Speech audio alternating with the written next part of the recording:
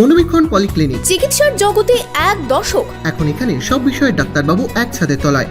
Phone করুন 7477799515 এই নম্বরে। ফারাক্কার শঙ্করপুর সংলগ্ন এলাকা থেকে প্রচুর পরিমাণে গাঁজা উদ্ধার পুলিশের। গ্রেপ্তার করা হয়েছে 2 মহিলা সহ 3 জনকে। 2 মহিলা শিলিগুড়ির বাসিন্দা এবং গাড়ি চালক পূর্ব বর্ধমানের বাসিন্দা। বহরমপুর শহরেই 4 star deluxe premium hotel with luxury and comfort golden retreat. এখানেই জেলার একমাত্র ডিস্কোথেক, আছে রেস্টুরেন্ট, লাউঞ্জ বার, অত্যাধুনিক gym, spa, swimming pool, club মেম্বারশিপের সুযোগ। বহরমপুর শিল্প তালুকে গোল্ডেন রিট্রিট। গাঁজা পাচারে মহিলা যোগ আগেই পাওয়া গেছিল, তবে এবার প্রৌঢ়াদের কাজে লাগানো হচ্ছে।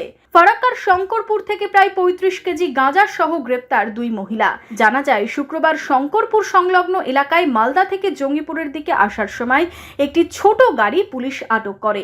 সেই গাড়িতেই ছিলেন 2 প্রৌঢ়া। গাড়ি থেকে উদ্ধার হয় প্রায় 35 কেজি গাঁজা। পুলিশ এই ঘটনায় 2 মহিলা ও চালককে গ্রেপ্তার করে।